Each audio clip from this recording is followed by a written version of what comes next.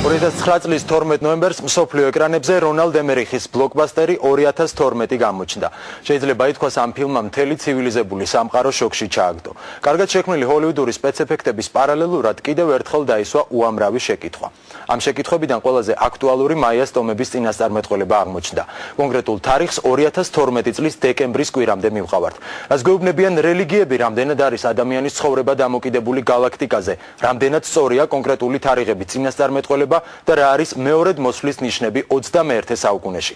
აპოკალიფსით ალექსანდრე გაბუნია დაინტერესდა და იმ კითხვებზე, რომელიც ყველა ჩვენთანგან საინტერესებს, გარკვეული პასუხები შეაგროვა. კიდეც ალეკოს აღმშვიდობს. ესე იგი, მაიას ტომების წინასწარმეტყველებას თუ დაუჯერებთ, სულ რაღაც 3 წელი დაგვრჩა. თუ მაიას ტომების კანონით ვიხელმძღვანელებთ, რეალურად დაგვრჩა 3 წელი. როგორც შენახსენებ, მაიას ტომების წინასწარმეტყველება კონკრეტულ თარიღებს ეყრდნობა, ეს არის 2012 წლის 21 დეკემბერი და როდესაც დაიწყება დედამიწაზე მასშტაბური კატაკლიზმები, რომელიც გაგრძელდება 3 დღე და ამას მოყვება სრულად დედამიწის განადგურება და გადარჩება მხოლოდ აფრიკის კონტინენტი.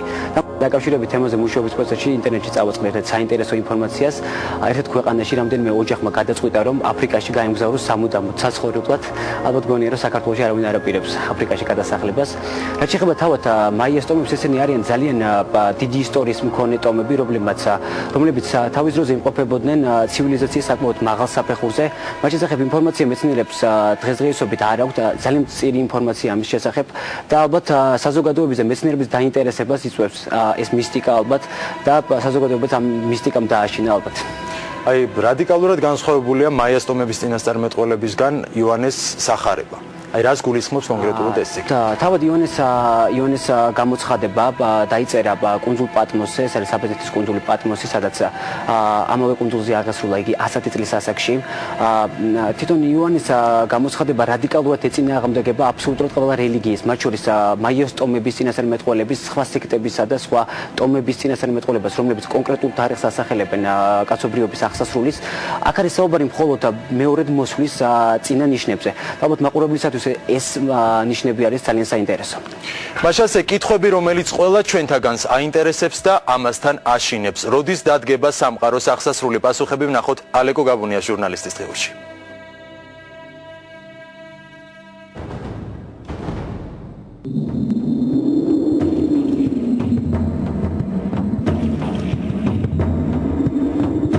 ძველი ბერძნები ამბობდნენ, რომ ყველაზე ამოუხსნელი და შეუცნობადი კაცობრიობის ისტორია და მისი მომავალია. თავად ადამიანი კი თავის თავშივე მოიცავს რაღაც ამოუხსნელსა და მისტიკურს. ყველაზე რთულად აღსაქმელი კი არამატერიალური სამყარო რჩება. როდის იქნება კაცობრიობის აღსასრული და როგორ განიცდის ამას ადამიანი? კითხვები, რომლებიც ყველა მოკდავს აწუხებს, დღემდე იდუმალებითაა ამოცული. აპოკალიფსი. მოვლენა, რომელიც აღემატება ადამიანურ ცნობიერებას, სამყაროს ადამიანურ გაგებას. შეუცნობა სივრცეში, გონება მხოლოდ მატერიალურ გზნობებს ეყრდნობა. ადამიანები უხსოვარი დროიდან ელოდებიან რაღაც მიუწვდომელს. ეს მიუწვდომელი კი დასასრულია. დასასრული კაცობრიობის ისტორიის, კაცობრიობის მიწიერი ცხოვრების, ქრისტიანული სწავლებით კი ეს დასასრული ახალი სიცოცხლის დასაწყისია. საყოველთაო მოლოდინიც არის თითქოს ყველგან ელოდებიან, წინასწარმეტყველებენ და ასე შემდეგ. ამიტომ არ უნდა შეგვაშფოთოს, ეს ჩვეულებრივი ამბავი, ეს ნორმა არის. იმიტომ რომ ეს არის კაცობრიობის არსებობის თანმდევი, რომელიც დაიწყო და რომელიც აუცილებლად დასრულდება. ბიბლიის ბოლო გვერდები იმ შექმნილის დასასრულს ეხება, რომელიც ამავე წიგნის დასაწყისში აღწერილი. წმინდა მოციქულ იოანეს გამოცხადება, იგივე აპოკალიფსი, მიწიერი ცხოვრების აღსასრულსა და იესო ქრისტეს მეორედ მოსვლას ეხება. იოანეს აპოკალიფსში კონკრეტულ თარიღებზე საუბარი არ არის. წინასწარმეტყველება უკანასკნელი დღეების შესახებ, მასში სიმბოლურადაა აღწერილი. ფილმის დიდი ნაწილი კი მეორედ მოსვლის ძირითად ნიშნებს ეხება. აპოკალიფსში ეს ნიშნები ასეა მითითებული, თქვათ, რომ ეს კატაკლიზმები უნდა დაიწყოს, ომები უნდა იყოს, თქვათ, მაგრამ მოდი შევთანხმდეთ, რომ ომების ნაკლებობას კაცობრიობის ისტორია არ განიცდის. ხო? არც თქვათ ბუნებრივი მოვლენების ნაკლებობას განიცდის, თქვათ სტიქიების ნაკლებობას. თუმცა ყურადღება მაინც თქვენ პანიკა ახსენეთ თავის დროზე მახვილდება იმაზე, რომ მომრავლდა. დამრავლდა ასე თქვენ სტიქიური უბედურებები გამრავლდა, ომები დაძაბულობა შეინიშნება. სოფლიოში ზოგადად საუბარია საერთო ეკონომიურ სივრცეზე. ფიქრობენ, რომ ესეც ერთ-ერთი ნიშანი უნდა იყოს მასხურის მოსვლისა, ძირითადად ყველაფერი მიდის იქითკენ, რომ ქვეყნა ელოდებიან ვინმე ძალიან დიდ განდგომილს ანტიქრისტეს სახელით მოიხსენიება ეს პიროვნება. ეკლესიური სწავლებით ანტიქრისტე 1290 დღე იმეფებს. ეს იქნება ყველაზე მძიმე პერიოდი კაცობრიობის ისტორიაში. მართლმადიდებელი ეკლესიის წმიდა მამათა წინასწარმეტყველების მიხედვით, ამ პერიოდში ადამიანებში აპოსტასი, ანუ ღვთისაგან განდგომილება დაისადგურებს. ეს არის კაცობრიობის ასე სახელმწიფო ჩამოყალიბება ერთი ლიდერით. ამ ლიდერს ქრისტიანობა უწოდებს ანტიქრისტეს. ქრისტეს მაგიარი, ქრისტეს ნაცვალი ცუდი გაგებით. ანტიქრისტე, ანუ ადამიანი, რომელიც თავის თავში შეითავსებს პოლიტიკურ და რელიგიურ ძალაუფლებას და იმ დონეზე გათავხედება და კაცობრიობა ამისთვის მზად იქნება თუ უკვე მზად არ არის, რომ იგი წარმოაჩენს თავს არა უბრალოდ რელიგიურ ლიდერად, არამედ თავად ღმერთის შვილად.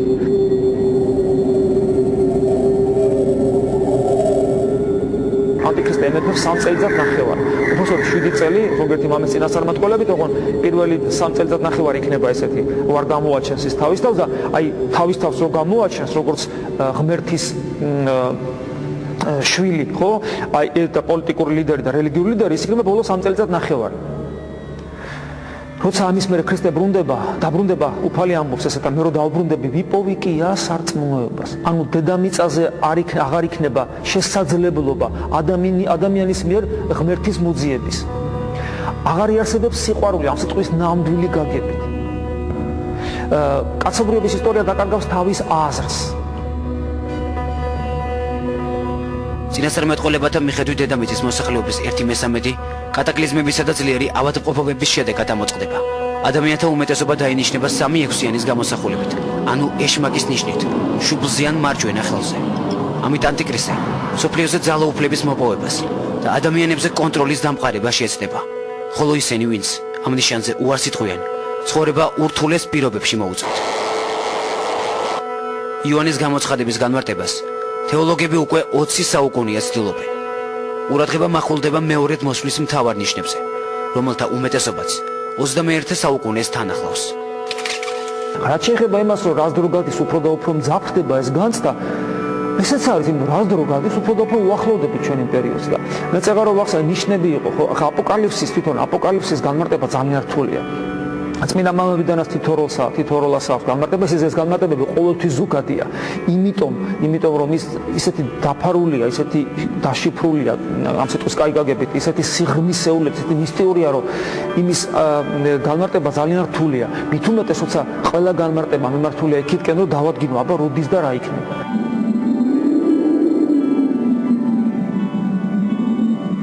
ისტორიკოსთა და მეცნიერთა გარკვეული ნაწილი ამბობს, რომ ის რაც მე-20 საუკუნეში მოხდა, კაცობრიობის ისტორიას არ ახსოვს. მასიური კატაკლიზმებით, მასშტაბური ომებითა და სამეცნიერო-ტექნიკური რევოლუციებით ამ ეპოქას ბადალი არ ყავს. მათივე თქმით, 21 საუკუნეც განვლილი დიდი ასრეულის გაგრძელება. ეს ყველაფერი კი იოანეს გამოცხადებაში დასახელებულ ნიშნებს ემთხვევა. თუმცა სასულიერო პირები და თეოლოგები ამბობენ, რომ მეორედ მოსვლის მოახლოებაზე, ან იმაზე, რომ კაცობრიობა ჯერ აპოკალიფსი არ ელის, საუბარი არასწორია. პავლე მოციქულმა თავის დროს ამას ყურადღება მიაქცია და ამიტომაც მან დაიწყო საუბარი, რომ არა ასე უცებ თქვათ, არა ასე თქვა, როგორც ელოდებით, ვინაიდან მაშინ ქრისტიანულ კრებულში ჩამოვარდა ერთგვარი პანიკა. თქვათ, დაქორწინებას ხელი აიღეს მრავალ რამეზე და წმინდა პავლე მოციქულმა დაწერა ეპისტოლე და უთხრა პირველ კრებულებს, ქრისტიანულ კრებულებს, რომ ასეთი დამოკიდებულება არ შეიძლება, ანუ რა მინდა გითხრათ, იმ კრებულში დაიწყო დღე-ღამის საუბარი იმის შესახებ, რომ აი დღეს მოვა, აი ხვალ მოვა, აი დღეს მოვა და შესაბამისად ხალხი დაიზაფრა, ხალხი დაპანიკდა ძალიან, ხალხი ასე სტრესში ჩავარდა და პავლე მოციქული მიხვდა, რომ ამას ეკლესიის წრეები აკეთებდნენ.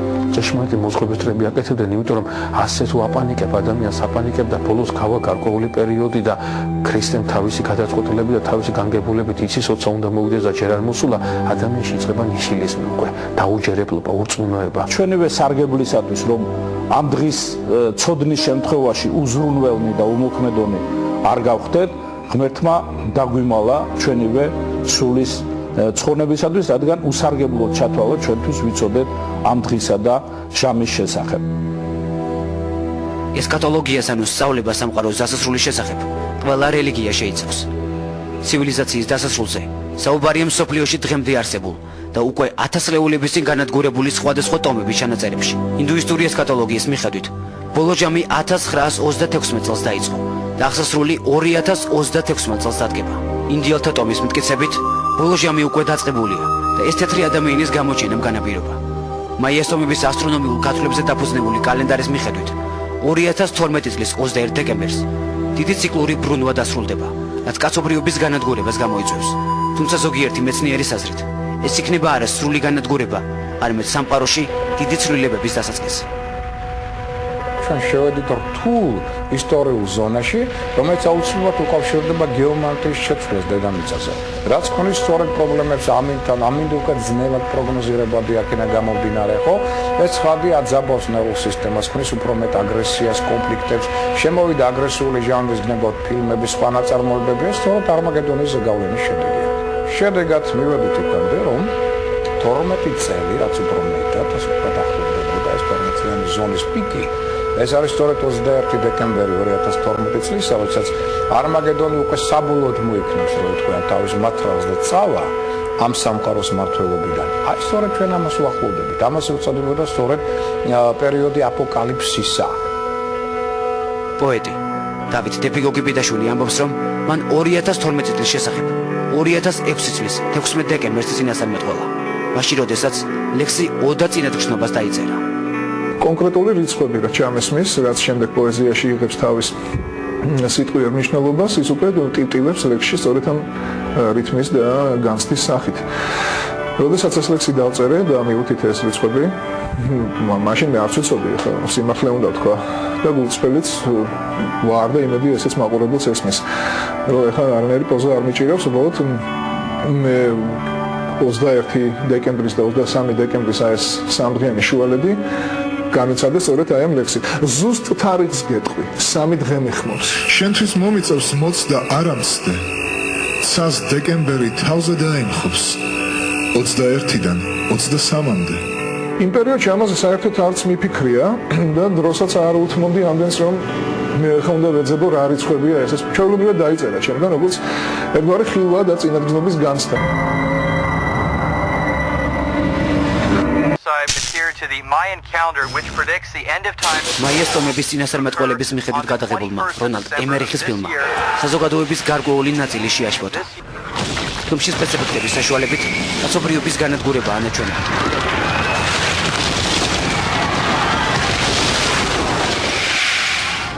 მაიას ტომების ჩანაწერების მიხედვით მასშტაბური კატაკლიზმები სამ დღეს გასცეს და თითქმის მთელს ცივილიზებულ სამყაროს გაანადგურებს. რატომ მარტო მაიას ტომი?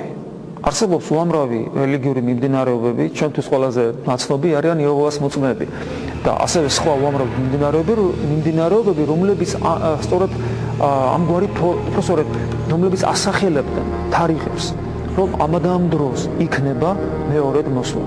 და ეს თარიღები არ ამართლებდა, ყოველ შემთხვევაში აქამდე არასდროს არ ამართლებდა და ეს მოლოდინი შინაგანად ყოველთვის ჰქონდათ ადამიანებს და სხვადასხვა რელიგიაში ესე ფიქსირდებოდა.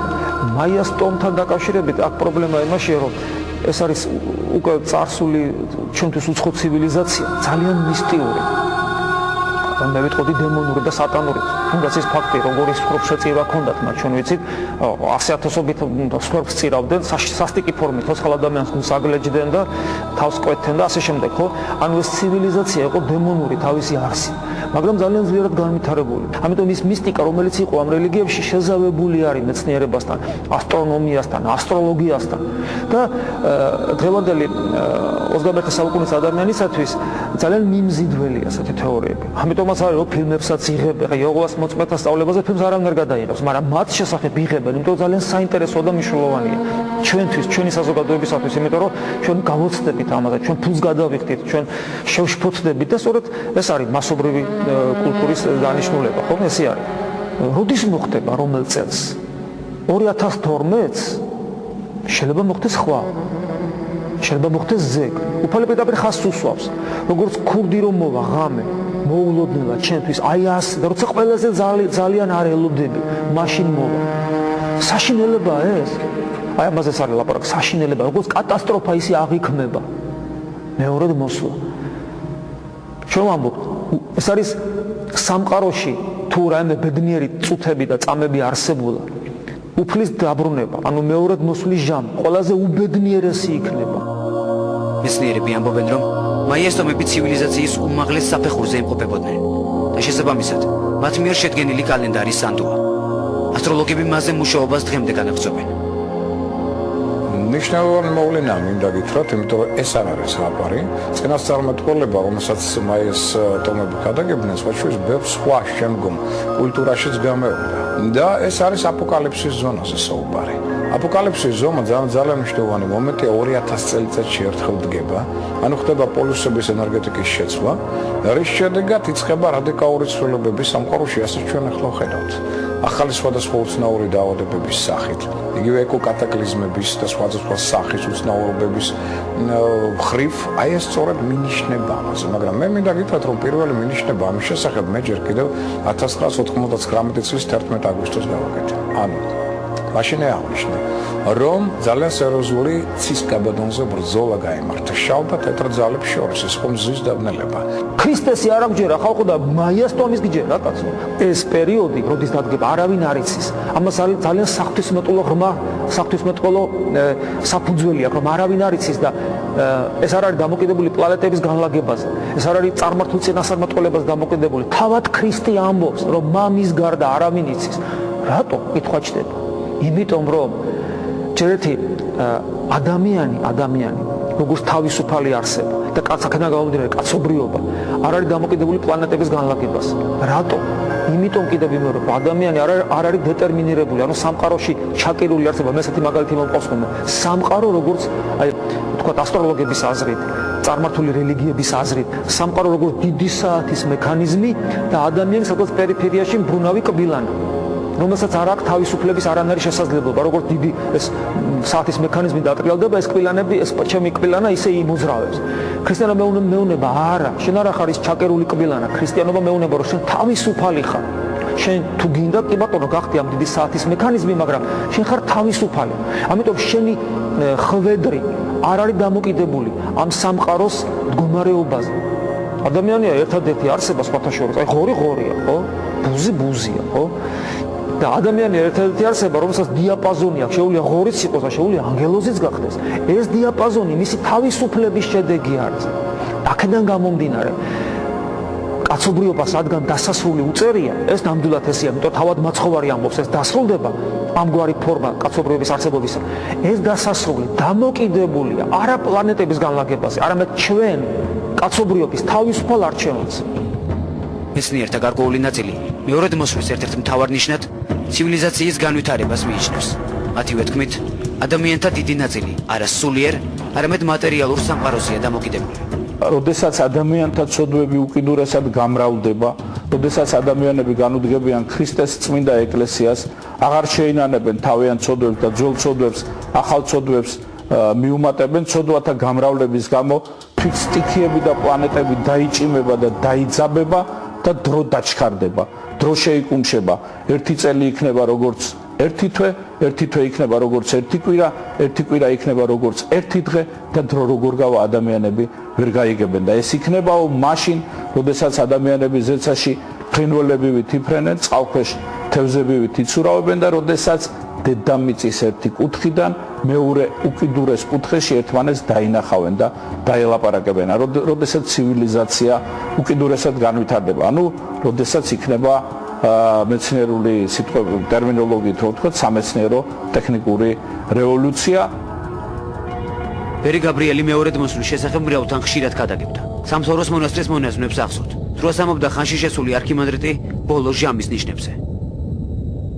მამა გაბრიელი ამბობდა თქვენ ბოლო ჟამს მოესწრებით თქვენ ბოლო ჟამის ადამიანები იქნებით და პირდაპირ მიანიშნებდა ხოლმე ზოგიერთ ადამიანს რომ აი შენ ბოლო ჟამის მონაზონი იქნები რომ ის ჯერ მონაზონი არ არის და ერშია და უნდა გამხდარიყო მონაზონი და შენ ბოლო ჟამის ადამიანი იქნები შენ ბოლო ჟამს მონასტერში წახოვს პირდაპირ ხელს დაადებდა ხოლმე მამა გაბრიელი მიანიშნებდა რომ ეს უკვე იქნებოდა მე მთელ შენ ბოლო ჟამს მოესწრებიო იქნება მიწისძვრა იქნება ომები იქ განდგომილება იქნება საყოველთაო განდგომილება და ეს ადრე ამბობდნენ რომ ადრეც იყო ეს ყველაფერი მაგრამ ეს არ ნიშნავს რომ ბოლო ჟამი არ არის ეს მასიურად იქნება ახლა განდგომილება და ეს ნიშნავს იმას რომ ბოლო ჟამი პირველ რიგში მე უნდა გამოვხატო ჩემი უდიდესი სიმპათია მამა გაბრიელისადმი მე ძალიან დიდ პატივს ვცემ და ვაფასებ ამ ადამიანს მაგრამ მის სიტყვებს პირდაპირ ვერ მივიღებ საღვთისმეტყველო თვალსაზრისით მამა გაბრიელის სიტყვებს მივიღებ დღეს ბოლო ჟამია მე მეცეს გეტყვით აი ჩემთვის შეიძლება ბოლო წამია აი ახლა ამ წუთში ბოლო წამი აღმოჩნდეს ეს საცდურია გესმით ეს არის საცდური აი ამადა ამ წელს ბოლო ჟამი იქნება 2012 წლამდე რამდენი დროა რამდენიმე წელია კაცო ხვალეკოდები შენ პასუხს აგებ ღვთის წინაშე ხვალე შენი სხეულის მიწისძვრა მოხდება თუ დაირღვევა არაფერი აღარ დარჩება ეს ერთი მეორე მე არ გამოვრიცხავ რომ მამა გაბრიელი მართლაც ამბობდა მაგრამ ასევე მესამე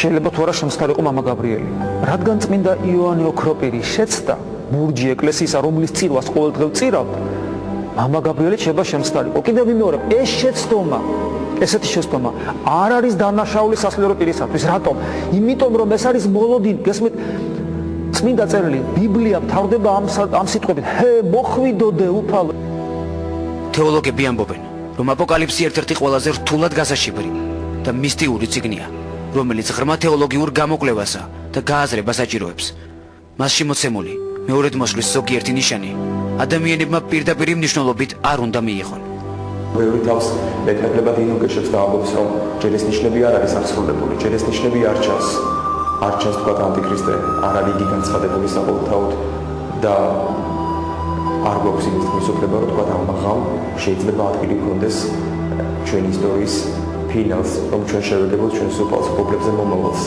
მაგრამ მიუხედავად იმისა რომ შეიძლება ანტიქრისტე განცხადებულად არ იყოს წარმოჩენილი და არც მაგალითად თელი რიგი სხვა ნიშნები არ იყოს აღსრულებული ჩვენ არ გვაქვს იმის თქმის უფლება და იმის უფლება ზოგადად როგორც მორწმუნე ქრისტიანებს ჩვენს ეპოქაში რომ ვთქვათ რომ მაგალითად დღევანდელი დღე ან დღევანდელი ხამე დაცული იქნება პასუხის მოსვლისგან პირიქით ჩვენ უნდა მეორე ხარისხოვან პლანში გამოვიხილოთ ეს ნიშნები სასულიერო პირები ამბობენ რომ ადამიანები ბოლო ჟამის შესახებაც მატერიალურ გრძნობებზე დაყრდნობით მსჯელობენ ეს კი ამოვლენის შეცნობას ყველაზე მეტად ართულებს მაინც მიწაზე რჩებიან და აი აქ როგორ იქნება რა ნიშნები იქნება რა პრობლემები შეგვექნება შეგვავიწროებენ თუ არ შეგვავიწროებენ და ასე შემდეგ და ასე შემდეგ და თელეს გაცხოველებული ინტერესი სწორედ აქეთკენ არის და მე ეს საცდური კიდევ ერთი რომ როდის იქნება თითოეული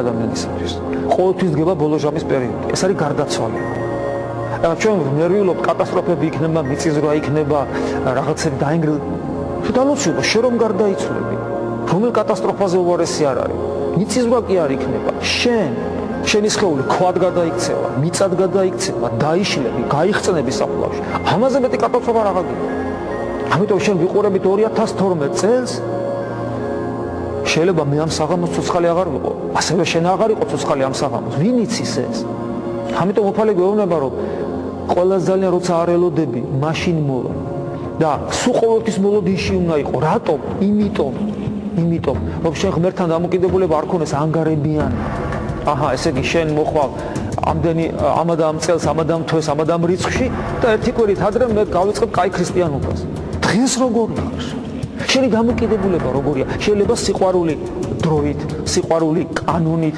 სიყვარული დაძალებით სიყვარული გამოწერით რეცეპტით რომ აი მე დღეს ხვალე მეორედ მოსვლა ასე ხვალე უნდა მიყვარდე დღეს არ უნდა მიყვარდე მიუხედავად ამისა ამოვლენის მიმართ ინტერესი და მოლოდინი თანდათან უფრო ძლიერდება მაგრამ ბოლომდე ამოუხსნელი რჩება ბოლო ჟამისა და მისი მანიშნებელი ეპოქის შეცნობა თუმცა სასულიერო პირები ამბობენ რომ ადამიანი არა ანტიქრისტეს არამედ ქრისტეს უნდა ელოდოს